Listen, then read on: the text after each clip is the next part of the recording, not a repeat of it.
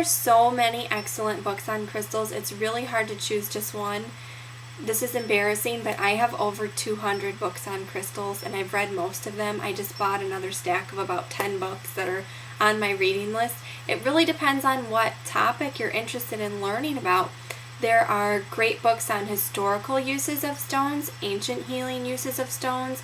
There are books that just talk about using crystals with chakra healing. There are books that just speak on the properties of stones, or books that just talk about meditation in crystals, or crystal layouts, or crystal grids. So it really depends on what you're interested in learning a little bit more about.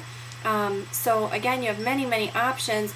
Some authors that I generally recommend are, of course, Melody, who wrote the Love is in the Earth series, Katrina Raphael, Philip Permut, Judy Hall.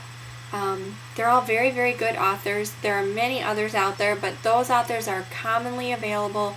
They have books that are very easy to find. Simon and Sue Lilly are also great, but like I've said before, just be cautious when buying some of their books, because sometimes their publishers repackage the information under a different title with a different cover, and then you end up buying the exact same book.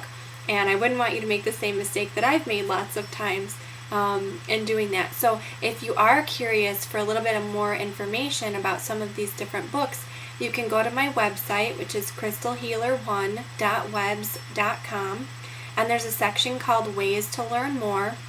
And if you scroll down, there's actually a crystal resource guide, and this is a list of my personal library on all the different crystal books and oracle card decks and DVDs and CDs that I have on crystal therapy.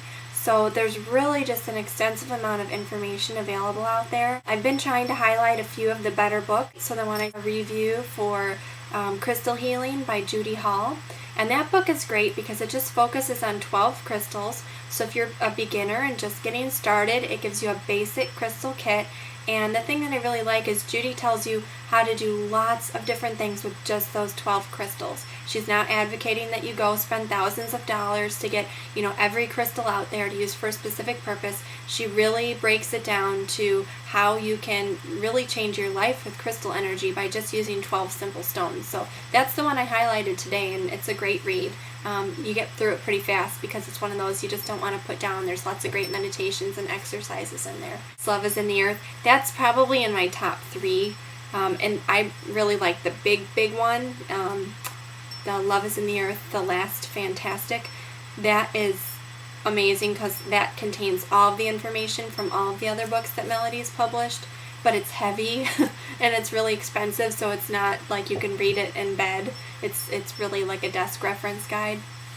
There's a great book called Crystal Chakra Healing by Philip Permut that I would really recommend because he goes through different crystals and a few of their properties, how those relate to the chakras, and then actually gives you exercises that you can do with those crystals. So one of the complaints that I usually have about some books is that they either give you all crystal properties or all crystal healing exercises, and there's not a good combination of information. But Crystal Chakra Healing by Philip Permut is a great book that sort of incorporates both.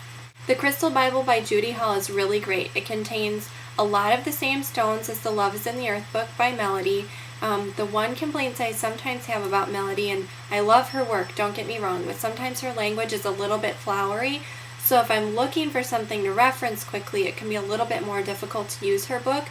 But Judy Hall has really boiled that information down and condensed it to a point where it's a lot easier to refer to. And she has the pictures in there. That's the other thing that a lot of people don't like about the Love is in the Earth book, is that it doesn't have the pictures unless you get that really big book that I was talking about. So the other thing that's great about the Crystal Bible is the pictures are realistic pictures. They're not pictures that are museum quality pieces. They're pictures that you're going to find in your local rock shop. They're affordable pieces. So it is a great reference in that way. She also has the volume 2 that's a follow-up to that that's excellent because it focuses on some of the more rare stones or more recent discoveries. So once you're sort of a little bit beyond the beginner stage, you might want to go to the volume 2 book because you'll get that expanded information. The other book that she has that's wonderful is called The Crystal Experience, And it really is a workshop in a book. She says that right on the cover, and it really is. She walks you through all different kinds of exercises so that you really learn about your connection with crystals, and it comes with a CD of different guided meditations and crystal journeys that you can do, which I think is excellent, and it's really affordable.